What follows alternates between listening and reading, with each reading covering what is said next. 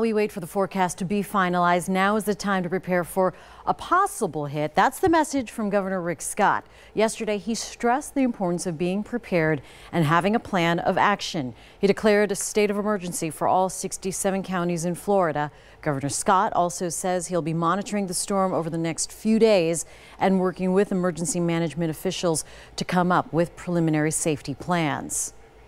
We plan on asking our governor more about what the state is doing to prepare for the possibility of Hurricane Irma. Today, he'll be in Naples for a press conference.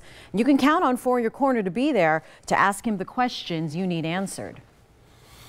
And late last night, the governor spoke with President Trump about preparing for Irma. And after the call, he tweeted, quote, "Just spoke to at POTUS." He offered the full resources of the federal government as Floridians prepare for Hurricane Irma.